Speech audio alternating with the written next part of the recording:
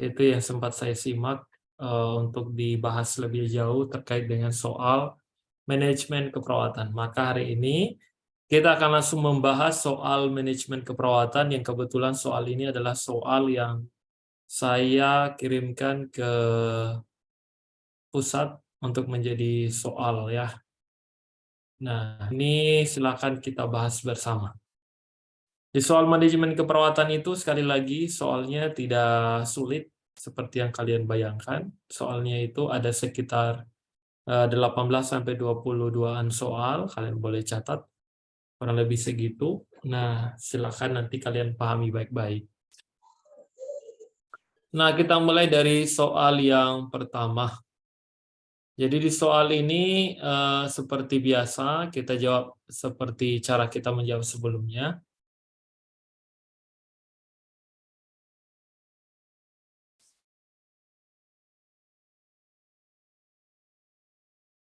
Oke, ini adalah bagian daripada kasus. Jadi Bapak Ibu sekalian itu adalah bagian daripada kasus.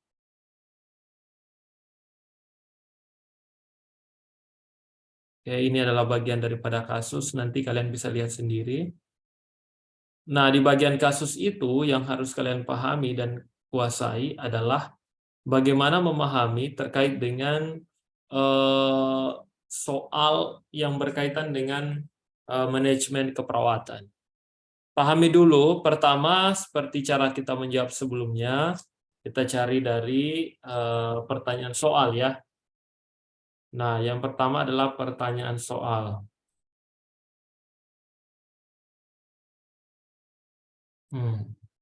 Nah, pertanyaan soal di sini adalah penyelesaian konflik kan. Nah, kemudian pertanyaan data fokus. Data fokusnya di sini adalah terkait dengan apa ini? Coba kalian lihat, baca baik-baik. Jadi di sini adalah seorang ketua tim yang sementara dia berada di ruang rawat inap penyakit dalam, mendapatkan informasi bahwa ada konflik di antara perawat pelaksana. Nah, ini kita sudah tahu bahwa ada konflik ya, kita tebalkan.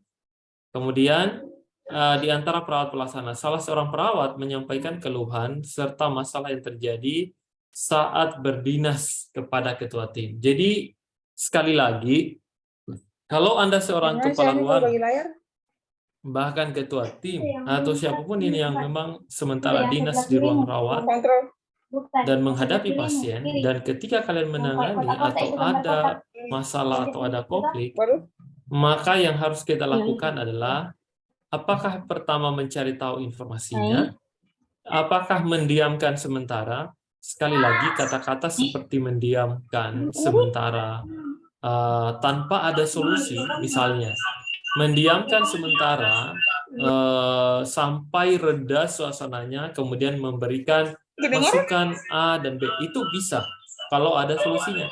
Tapi kalau hanya mendiamkan sementara tanpa ada solusi, maka ini dianggap sebagai pengecoh. Kalian hapus saja. Kemudian berikutnya, menemui pihak yang berkonflik. Ini bisa dilakukan. Kemudian sekali lagi, kalau menemui pihak yang berkonflik tanpa memberikan solusi apa, itu juga sama. Itu dianggap sebagai pengecoh ya. Sekali lagi seperti itu. Ini boleh dilakukan menemui pihak yang berkonflik dengan solusi akan apa misalnya. Itu bisa. Artinya ada yang dilakukan menemui orang yang berkonflik dua belah pihak, tetapi di antara dua belah pihak tadi memberikan diskusi singkat atau bahkan yang detail terkait kejadian atau masalah itu. Itu bisa. Tapi kalau hanya menemui yang berkonflik tanpa menemui satu solusi, itu juga adalah bagian daripada pengecoh. Berdiskusi dengan pihak yang berkonflik. Nah, ini bisa ya. Jadi kita mendiskusikan dengan pihak yang berkonflik. Kira-kira apa masalahnya? Itu bisa. Kemudian yang kelima, meminta orang lain untuk menyelesaikan masalah. Ini bisa dilakukan, meminta orang lain yang menyelesaikan masalah bisa dilakukan kalau sudah ada tindakan dari ketua tim dan sudah ada penyelesaian awal. Misalnya dikasih ketemu dua belah pihak, kemudian rembukan bersama, itu bisa. Dan meminta bantuan orang lain kalau tidak tertangani lagi atau belum mampu ditangani dengan baik. Pahami itu dulu maknanya ya. Lantas, di kasus ini karena dihadapi oleh ketua tim dan saat itu ada informasi bahwa ada perawat yang berkonflik dan tidak sedang baik-baik saja, maka yang harus dia lakukan apa? Berdiskusi dengan pihak yang berkonflik untuk menyelesaikan masalah. Ini yang benar. Jadi maksudnya apa? Orang-orang yang berkonflik tadi harus mampu menemukan solusi. Nah, kenapa ini harus kenapa sih nggak bisa berkonflik? Karena konflik itu akan menghambat pekerjaan. Konflik itu akan menghambat pekerjaan. Pasti. Itu yang pertama. Yang kedua, roda organisasi itu tidak akan berjalan dengan baik. Kenapa? Karena tidak ada saling percaya. Tidak akan ada komunikasi dan interaksi. Itu yang ketiga. Jadi nanti kalau ada pertanyaan, apa sih akibat daripada berkonflik? Pertama, tidak akan ada koordinasi dan komunikasi antar kolaborasi. Jadi tidak akan tumbuh tuh yang namanya kita akan melakukan kolaborasi apa tidak bakalan terjadi. Kenapa? Karena kalian berkonflik dengan orang lain atau dengan perawat yang lain. Jadi itu akan menyebabkan masalah yang baru. Nah, sehingga bisa mencari informasi. Mencari informasi ini boleh dilakukan, tetapi untuk saat ini, karena ini situasinya sedang berdinas, maka harus didiskusikan. Panggil kedua belah pihak, diskusikan bersama apa duduk permasalahannya, apa yang harus dilakukan, kira-kira solusi yang bisa ditempuh bersama apa. Makanya yang benar di sini adalah delta. Jadi pahami itu baik-baik ya. Kita lanjut ke soal selanjutnya. Jadi ini adalah soal yang sudah disetorkan di bank soal. Saya kurang tahu apakah kalian nanti akan dapat soal ini apa tidak, tetapi sekali lagi belajar baik-baik. Next, soal nomor 2. Oke, semua bisa disimak suara saya ya.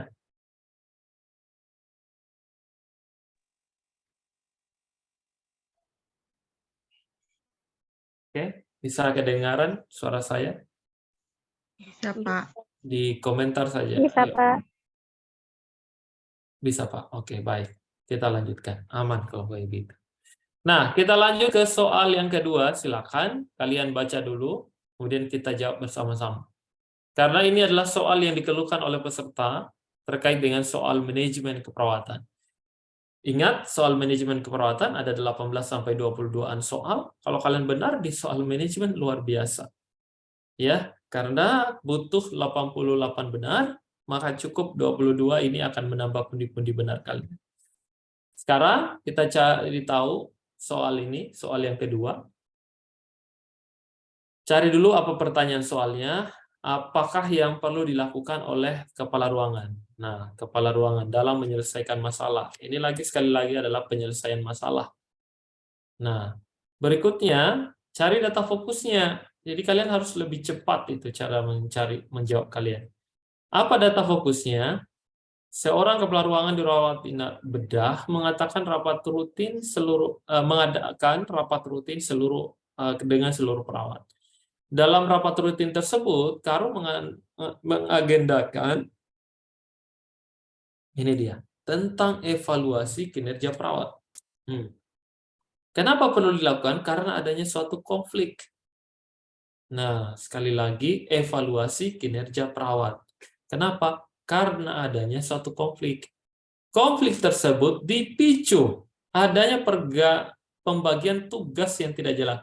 Nah, ini adalah sumber konfliknya. Ada tugas yang tidak jelas. Kalian tanda ini. Pembagian tugas yang tidak jelas. Ini. Dua ini. Karena adanya pembagian tugas yang tidak jelas, dilakukanlah evaluasi kinerja perawat. Jadi ada penyebab sehingga ada akibat. Akibatnya apa? Dilakukan evaluasi kinerja perawat. Itu apa penyebabnya? Karena adanya pembagian tugas yang tidak jelas. fokus kalian itu di sini. Pembagian tugas yang tidak jelas. Di situ fokus kalian. Ya. Sehingga dilakukanlah evaluasi kinerja perawat. Nah, sekarang apa yang perlu dilakukan? Apakah yang pertama kali dilakukan itu mengenali dan menilai diri sendiri? Diri sendiri di sini adalah kepala ruangan. Dalam hal ini mungkin dia tidak adil, kepala ruangan ini melakukan tebang pilih di ruangan, atau apa? Itu kira-kira ya, arahnya ke situ dulu. Kemudian, apakah menjabarkan job description dan standar? Apakah mendiagnosis individu di dalam sistem itu? Misalnya kita justifikasi. Oh, karena dia pemalas itu si A. Makanya seperti ini adanya. Akhirnya ada yang tumpang tindih atau ada yang tidak disiplin dalam berdinas dan tidak melayani pasien dan keluarganya dengan baik. Apakah itu? Apakah situasi lingkungan kerja yang pertama kali diperhatikan? Apakah budaya kerja? Nah, sekali lagi, kalian tahu tidak kenapa bisa ada pembagian tugas yang tidak jelas? Pertama, bisa jadi karena adanya ketidakadilan. Jadi bisa jadi ada ketidakadilan dari pimpinan. Pimpinan misalnya tidak adil. Bisa. Terus apa lagi selain pimpinan tidak adil? Ada strata atau tingkat pendidikan yang dianggap tidak melakukan pekerjaan dengan baik. Banyak sekali kasus seperti ini. Contohnya, ada fresh graduate, dia adalah perawat escape nurse. Kemudian muncullah satu perawat baru dengan perawat baru tadi, fresh graduate escape nurse. Tapi ada perawat lama dengan strata diploma misalnya, diploma 3, tetapi dia punya masa kerja kurang lebih 5 sampai 10 tahun. Nah, saat pembagian tugas ini lebih berat kepada perawat diploma. Sedangkan perawat yang fresh graduate dan sudah melakukan masa-masa percobaan pekerjaan atau on the job training khusus untuk perawat di rumah sakit tersebut dia sudah lakukan dan dia tidak melakukan pekerjaannya dengan baik. Apakah terjadi ketidakadilan? Akan terjadi ketidakadilan. Siapapun itu, dia pasti akan merasa tidak adil melakukan pekerjaan tersebut dengan baik. Jadi apa kaitannya? Kalau kalian di sini dia bahas tentang pembagian tugas, tugas ini kan sama dengan job ya, job description. Makanya arah kita, jawaban kita pasti ke sini. Job description. Kenapa job description? Karena ini berkaitan dengan tupoksi, tugas pokok. Apa sih yang mau kamu lakukan? Apa? Tiap pagi apa yang dilakukan? Dicek keadaan umum pasien, terus melakukan pemeriksaan tanda-tanda vital, terus apa lagi? Jangan semua dibebankan kepada perawat diploma tadi. Seharusnya seorang perawat nurse tadi, escape nurse, sudah bisa melakukan pengkajian keperawatan, menyusun diagnosis keperawatan, dan seterusnya. Nah, setelah itu, standar yang digunakan. Entah ini berkaitan dengan prosedural, berkaitan dengan apapun itu, intinya yang digunakan ini arahnya adalah sesuai. Dan pasti yang tidak sesuai itu berarti yang menyimpang. Kalau yang menyimpang dan tidak sesuai dibiasakan dan terus dilakukan, maka akan terus terjadi sesuatu yang dilakukan dengan tidak jelas dalam hal ini pembagian tugasnya. Makanya yang benar di sini adalah terkait dengan job description. Kalian ingat saja, karena ini dia bahas dengan pembagian tugas, maka jawabannya adalah job description. Selalu ingat seperti itu. Oke? Kita lanjut ke soal nomor 3.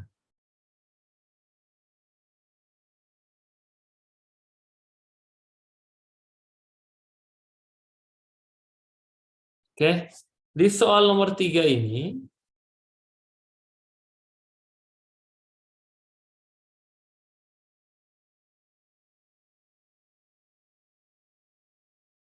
Apakah upaya selanjutnya yang dilakukan oleh kepala ruangan ini sama dengan tindakan yang seharusnya dia lakukan? Nah, kira-kira apa upayanya? Apakah kita cari dulu data fokusnya ya? Perawat pelaksana di ruang rawat inap bedah umum sering menghindari tugas tambahan dengan alasan beban pekerjaannya sudah tinggi. Jadi dia menghindari tugas tambahan. Dia hindari tugas tambahan. Nah, berikutnya, dengan alasan beban pekerjaannya sudah tinggi. Karu ini mengetahui hal tersebut dan selalu berusaha meningkatkan motivasi kerja di ruangan. Apa upaya selanjutnya yang dilakukan oleh kepala ruangan? Setelah ada perawat pelaksana di ruang rawat umum yang sering menghindari tugas tambahan dengan alasan beban pekerjaannya yang sudah tinggi, maka karu tersebut berusaha meningkatkan motivasi kerja di ruangan. Yang pertama, kalau ada yang seperti itu perawat pelaksana, apakah langsung dirotasi tugasnya? Mungkin dimutasi. Atau bahkan mungkin diubah, di rolling ke ruangan yang lain. Apakah itu menyelesaikan masalah? Bisa menyelesaikan masalah, tapi bisa saja menambah masalah baru di ruangan yang baru akan dia datangi. Bisa. Oke. Terus, apakah pendalaman tugas staf? Apakah memberlakukan reward? Apakah identifikasi beban kerja staf? Apakah menambah tim kerja di ruangan? Kira-kira yang mana yang bisa dilakukan? Melakukan rotasi bukanlah hal yang perlu langsung cepat dilakukan, apalagi tidak melalui pertimbangan. Maka ini dianggap adalah pengecoh. Pendalaman tugas staf ini bisa. Jadi maksudnya mendalami itu sebenarnya lebih kepada kontinuitas evaluasi. Jadi kita perlu melakukan pendalaman, kita cari tahu kira-kira tugas dari staf kita ini seperti apa. Jangan sampai selama ini memang apa yang dia keluhkan tentang pekerjaan yang tinggi, bebannya, itu benar-benar terjadi, tetapi kita abaikan. Itu juga bahaya buat pemimpin. Kenapa? Kalau itu terjadi dan terus-menerus di ruangan tersebut atau dalam satu roda organisasi, maka ingat, ketika nanti misalnya kalian sudah menjadi seorang abdi sipil negara misalnya, dan menjadi perawat di rumah sakit, kalian harus berusaha bisa menyampaikan ke pimpinan kalian. Ingat itu. Jangan semua tugas itu buat kalian. Itu juga tidak baik. Ada anak yang dianak emaskan. Ada anak yang merasa bahwa karena dia yang cocok, dia terus yang bekerja. Itu tidak berjalan roda organisasi.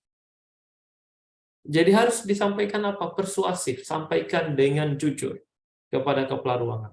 Bahwa beban tugas ini sudah tidak seharusnya diberikan kepada saya. Kenapa? Karena perawat di rumah sakit ini bukan hanya saya.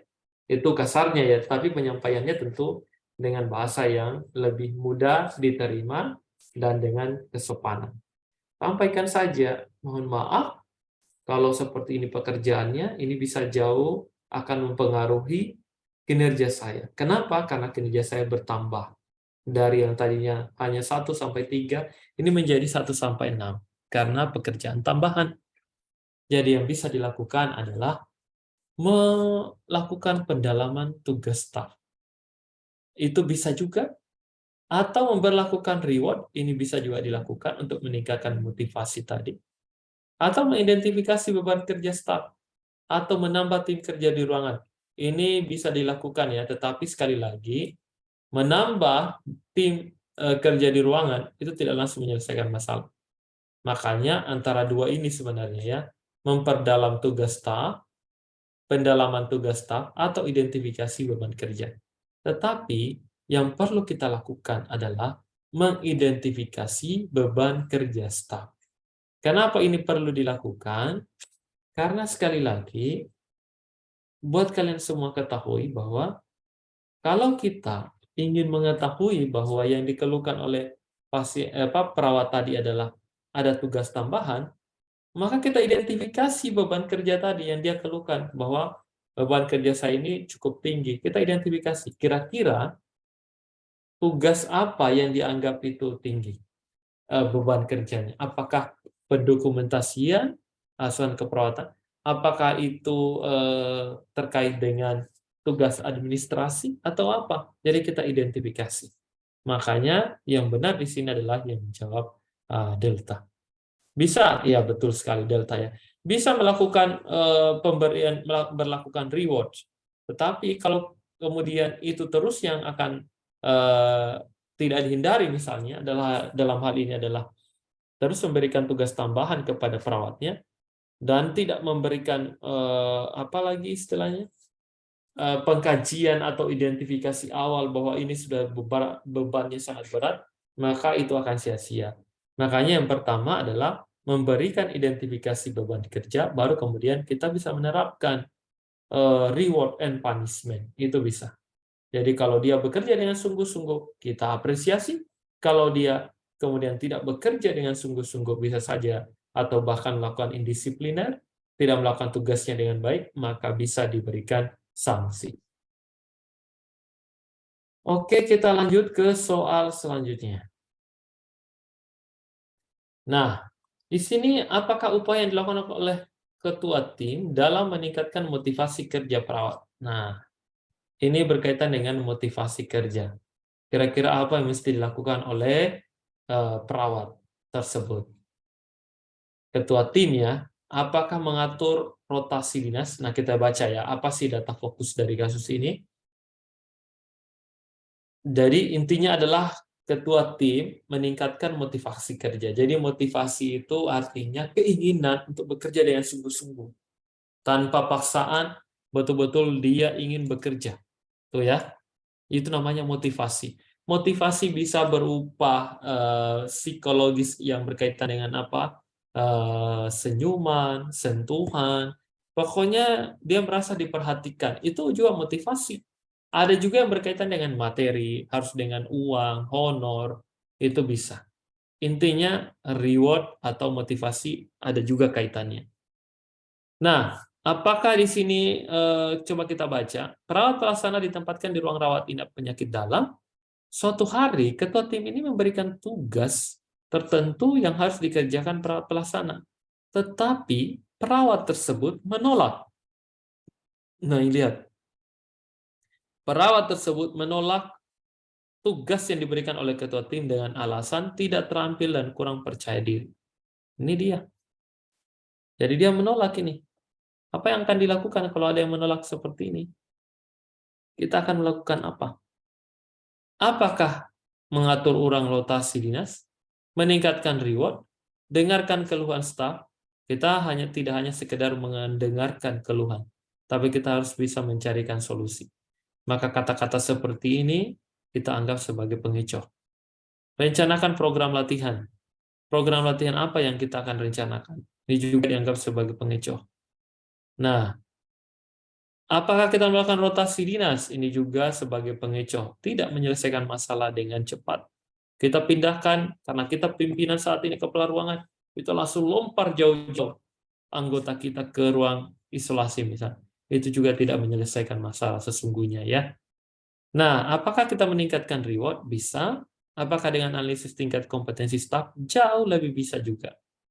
Jadi, seperti jawaban sebelumnya, untuk bisa meningkatkan reward, kalau hanya reward, tingkatkan reward, dan misalnya diberikan punishment buat yang melanggar, itu tidak akan cukup efektif tanpa dilakukan analisis tingkat kompetensi.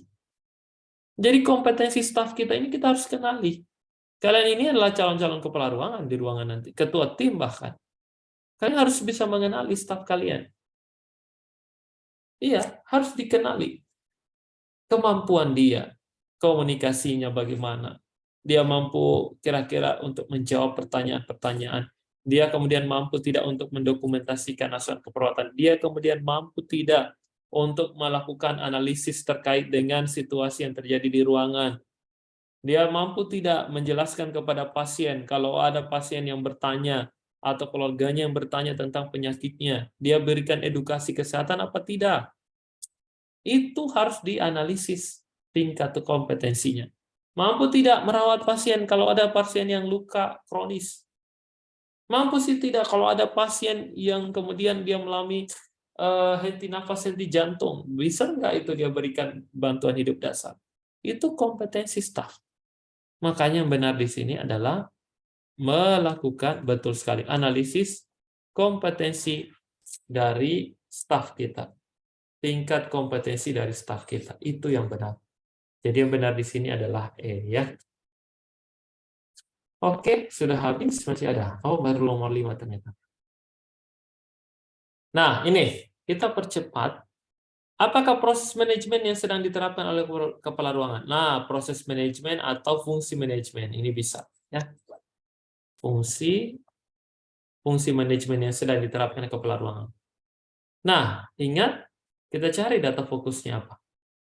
Di membawahi 28 perawat, ini cukup banyak. Kalau 28 perawat jumlahnya itu cukup banyak ya, dalam satu ruang rawat. Kemudian, dengan kapasitas tempat tidur, 31 tempat tidur. Wah, luar biasa ya. Kepala ruangan membuat struktur, membuat struktur serta menentukan jenis pemberian asuhan keperawatan. Ini kita tebalkan dengan metode tim. Jadi apa maksudnya kalau dia bisa menetapkan dengan metode tim misalnya? Itu berarti, Bapak Ibu sekalian, anakku sekalian, dia sudah menetapkan suatu struktur. Dia buat strukturnya. Kalau sudah berbicara tentang struktur kepegawaian, itu kita berbicara tentang apa? Apakah itu pengarahan? Bukan. Ini bukan bagian dari pengarahan.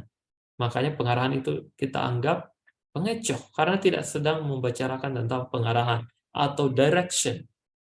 Apakah ini tentang pengawasan? Ini juga bukan tentang pengawasan. Jadi cara menjawab kita seperti itu. Maka kita hapus. Apakah ini tentang perencanaan? Bisa ya, bisa tidak. Apakah ini tentang pengendalian? Tidak. Pengendalian sama halnya dengan pengawasan atau controlling. Nah, dua hal, pengorganisasiankah atau perencanaan? Nah, yang paling tepat di sini adalah pengorganisasian. Jadi ingat itu ya. Jadi kalau sudah dia menentukan dengan struktur, dia mengurus stafnya, pegawainya, dengan metode tim misalnya. Kenapa metode tim? 30 tempat tidur itu sudah memenuhi MAKP atau MPKP dengan metode tim. Tim itu berarti kita bagi. Ada 28 perawat, kita akan bagi dua nih. Berarti ada 14 perawat di tim A, ada 14 perawat di tim B. Misalnya, minus 1 adalah kepala ruangan atau 2 adalah ketua tim. Itu bisa dengan metode tim. Artinya jumlah perawatnya memenuhi, tempat tidurnya juga memenuhi. Jadi dibagi tugas buat apa? Buat ada penyelesaian yang jauh lebih mudah agar perawat tersebut terdistribusi. Nah, disitulah fungsi daripada pengorganisasian tadi. Diorganisasikan, didistribusikan ke part-part yang lebih kecil agar mudah melakukan tugasnya, mengontrol pasiennya dan keluarga pasien. Jadi itu yang pasti yang harus dilakukan. Jadi yang tepat di sini adalah pengorganisasian. Ingat itu baik-baik. Oke, kita lanjut ke soal selanjutnya.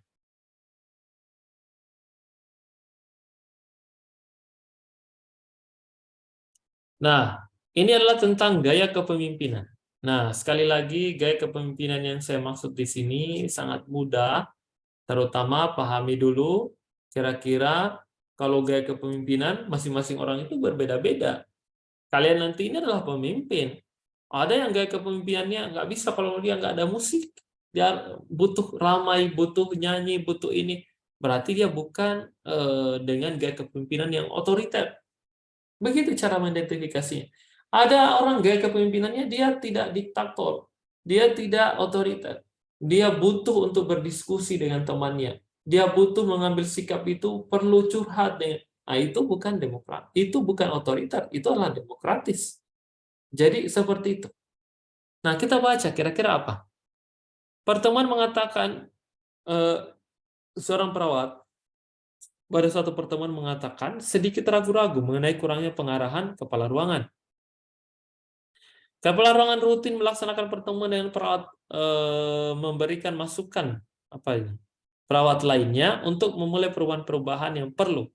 Wow, ini. Dan memberikan kesempatan untuk memberikan masukan. Nih, disinilah kuncinya. Sini dia. Di sini kuncinya ya, perhatikan baik-baik. Memberikan kesempatan untuk memberikan masukan.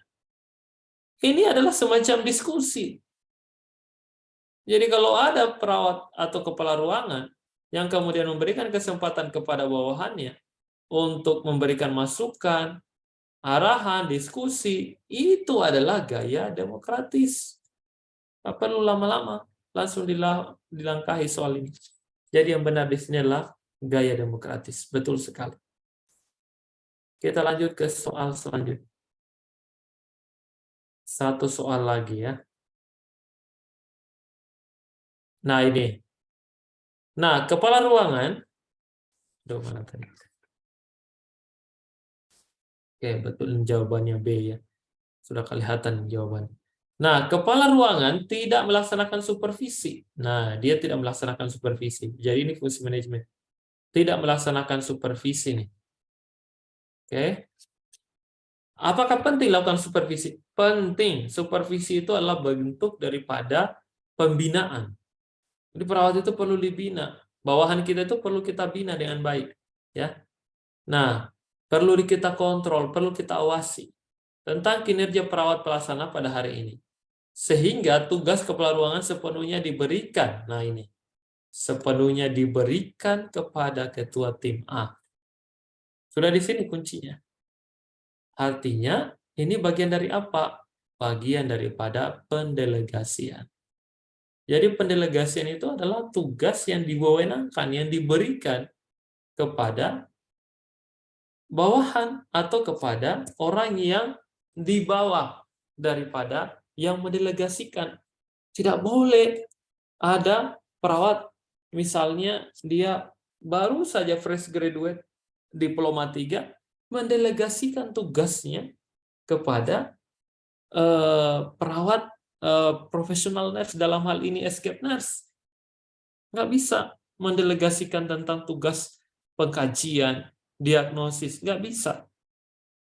Kenapa? Karena secara keilmuan, secara pemahaman, secara syarat pendidikan dan sebagainya itu jauh lebih memenuhi yang escape nurse.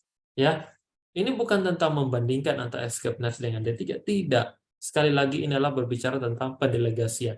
Jadi kita mendelegasikan itu memberikan wewenang kepada orang yang dibawa dari kita. Bukan karena darah ningrat, bukan.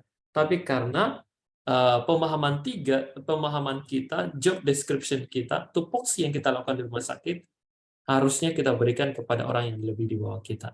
Itu adalah pendelegasian. Ingat itu baik-baik. Oke, masih ada.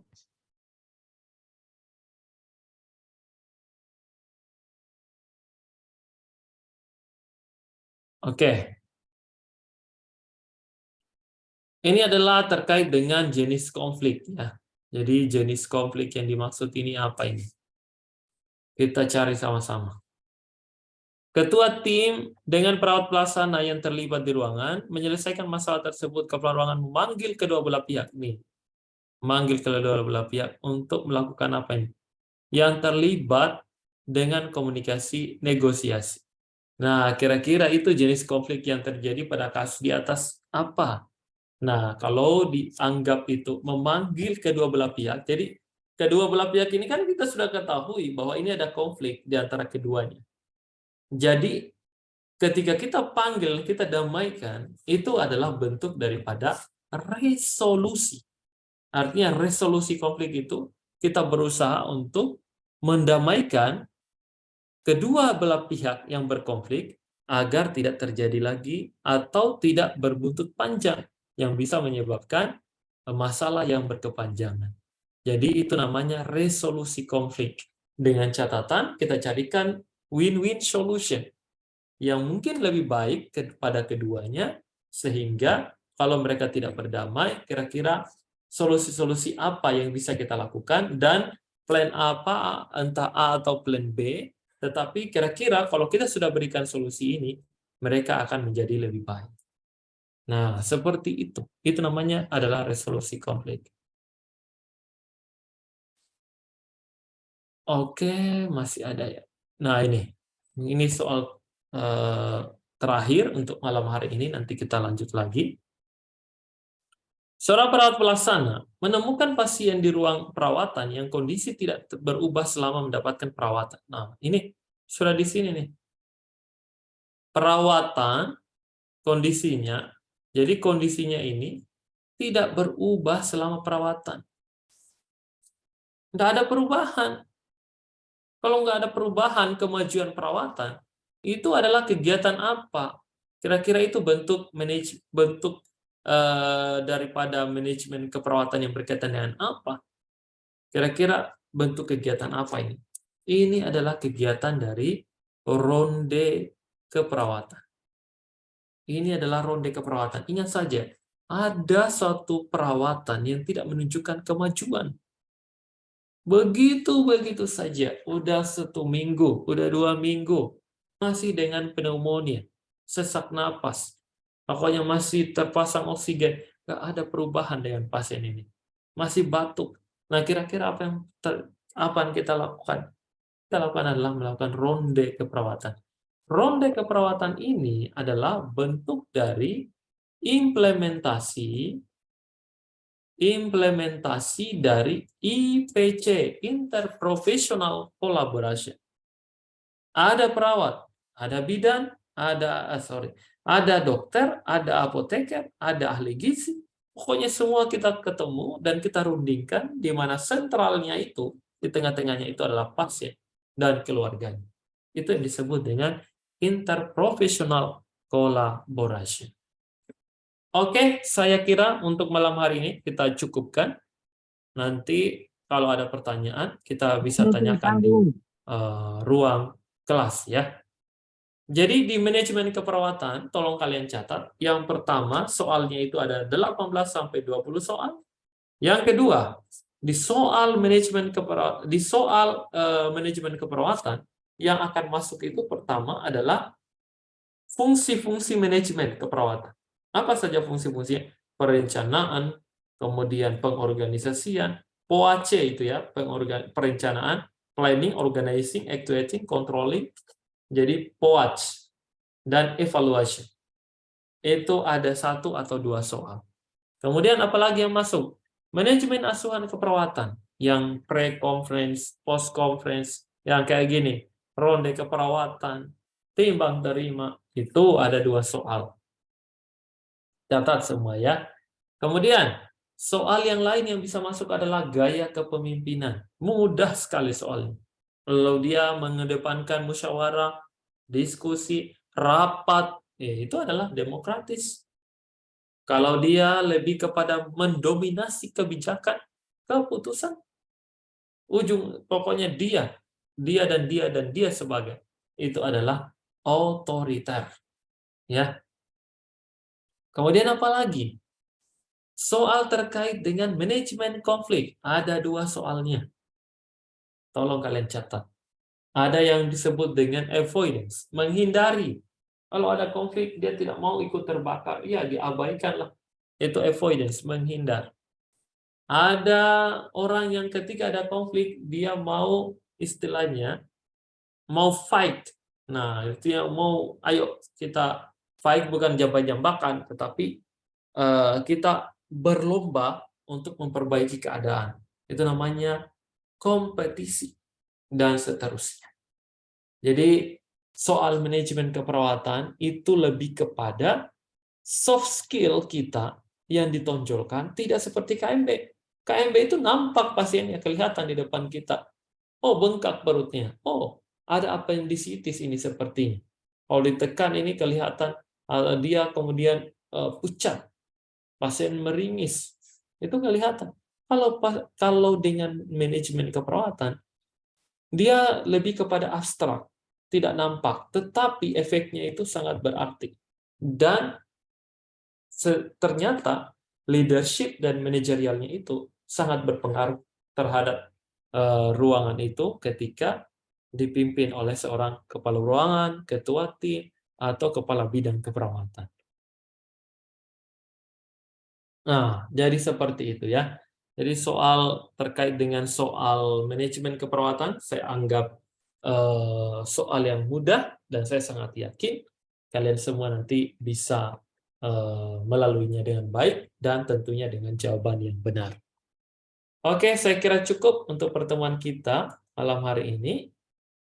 Saya doakan semuanya lulus 100%. Amin ya rabbal alamin. Jangan malas-malasan, lakukan latihan tryout, baca buku pandanya di buku Ruki itu, terutama soal manajemen keperawatan. Ini hanya sedikit soal saya, ya. Kalau mau yang banyak, itu ada di buku pandanya. Dan sudah dibuktikan oleh orang-orang, di buku itu banyak soal-soalnya yang masuk saat ujian. Saya tidak perlu beritahu soal yang mana. Intinya, soal saya, seperti soal-soal seperti ini, adalah soal-soal yang selalu diujikan dalam ujian kompetensi. Pelajari baik-baik, ya. Buku Panda itu semacam buku ajaib. Mudah-mudahan dengan buku itu bisa membantu kalian semuanya lulus 100%. Amin. Dan one shot, one goal. Saya doakan semuanya lulus ya. Amin ya rabbal alamin. Sekian untuk pertemuan kita hari ini. Dan jangan lupa ikuti kelas bimbel belajarnya di Ruki Express. Salam kompeten, one shot, one goal. One goal.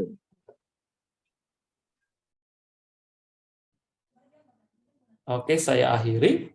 Dan mudah-mudahan kita ketemu lagi besok. Dan untuk yang belum nonton kegiatan malam hari ini, pembelajaran kita, nanti kalian bisa mengikuti recording.